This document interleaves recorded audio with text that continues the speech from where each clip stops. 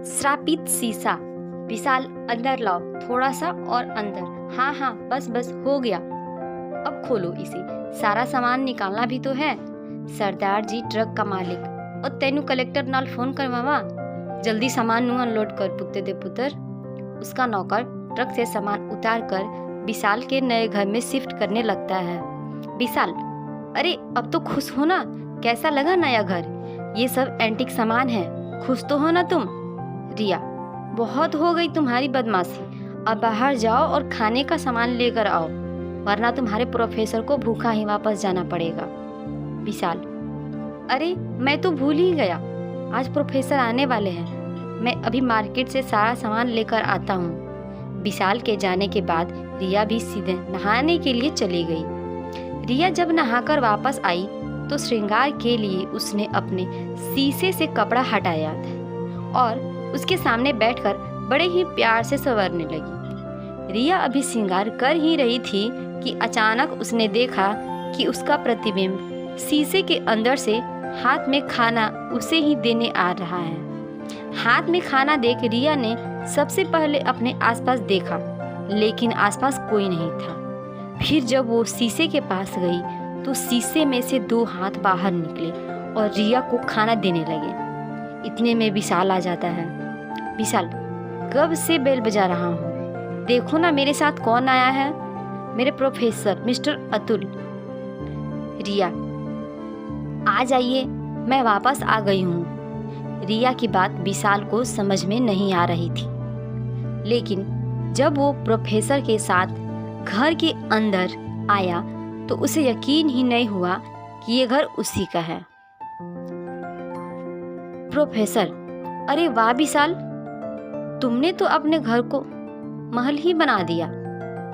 अतुल घर के सामान को देख ही रहा था कि उसकी नज़र शीशे पर पड़ी, जिसे देखकर उसके पसीने छूटने लगे। प्रोफेसर, ये श्रापित शीशा पूरे घर को खा जाएगा। अतुल शीशे को देख बगल से फूलदान उठाता है और गुस्से में शीशे की तरफ जैसे ही फेंक देता है, अतुल का यह वार खाली चला जाता है। उसने जैसे ही फूलदान शीशे की तरफ फेंका, उसके अंदर से एक और रिया बाहर निकल आई और उसने वो फूलदान पकड़कर दोबारा अतुल की तरफ फेंक दिया, जिसके लगते ही अतुल बेहोश हो गया। विशाल, रिया तुम ये क्या कर रही हो, तुम्हारा दिमाग तो ठीक है?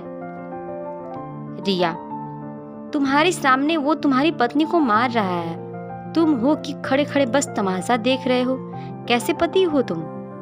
अगली सुबह जब विशाल की आंखें खुली तो उसने खुद को अस्पताल में पाया। उसने बस होश संभाला ही था कि उसकी पिछली रात को घटी वो वारदात याद आ गई, जिसके याद करते ही वह सहम सा गया और प्रोफेसर को ढूंढने लगा। Vishal, professor professor professor Atul. Nurse, तुम क्यों बवाल करते हो? तुम किसको ढूंढ रहे हो? वो तो दूसरे आईसीयू वार्ड में है, जाओ जाकर मिल लो। विशाल, प्रोफेसर मेरी पत्नी को क्या हो गया है, अब वो इस तरह क्यों बर्ताव कर रही है?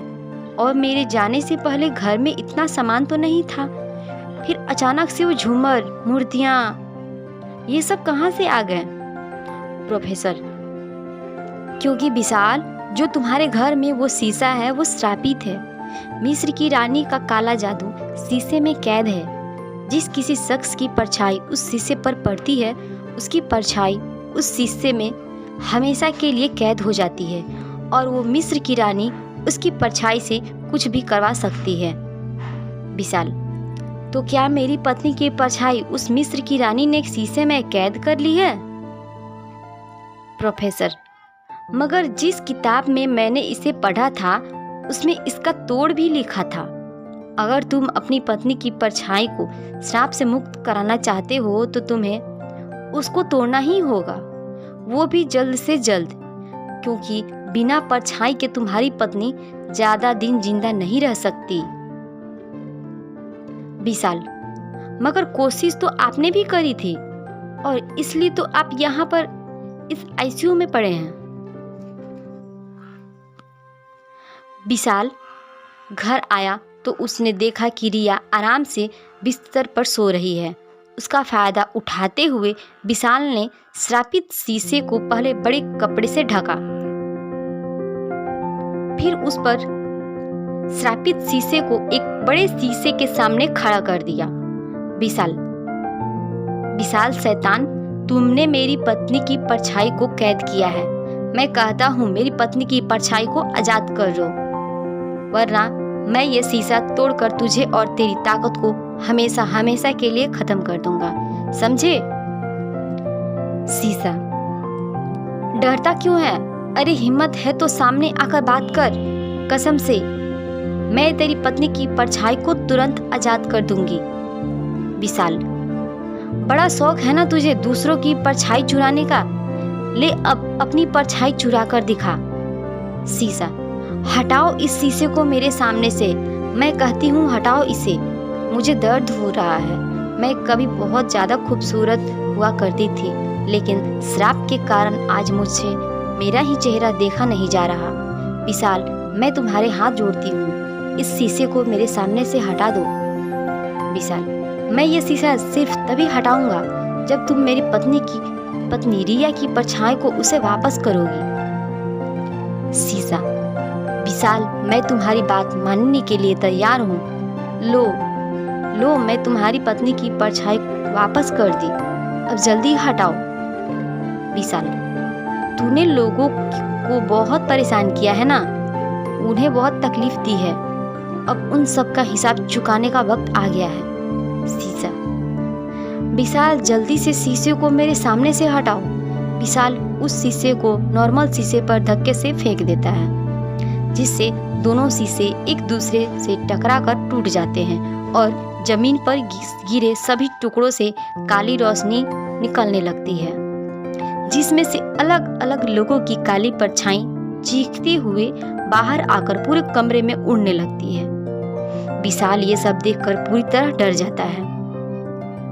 शीशे से निकली परछाई इतनी ज्यादा शक्तिशाली थी कि उसने विशाल को भी हवा में उड़ा दिया और ना चाहते हुए भी विशाल उस काली शक्तियां की वजह से श्रापित शीशे से निकली काली रोशनी में समाने जा ही रहा था कि तभी रिया ने विशाल का हाथ पकड़ लिया और वापस उसे खींचकर अपने गले लगाते हुए कहा। दोनों के गले लगते ही सारी काली शक्तियां गायब हो गई। रिया, विशाल, मेरे होते हुए तुम्हें कुछ नहीं हो सकता, हमारा प्यार ही हमारी ताकत है। दोस्तों, अगर आपको मेरी ये वीडियो पसंद आए तो प्लीज़ मेरे चैनल को लाइक, सब्सक्राइब एंड शेयर करें। धन्यवाद।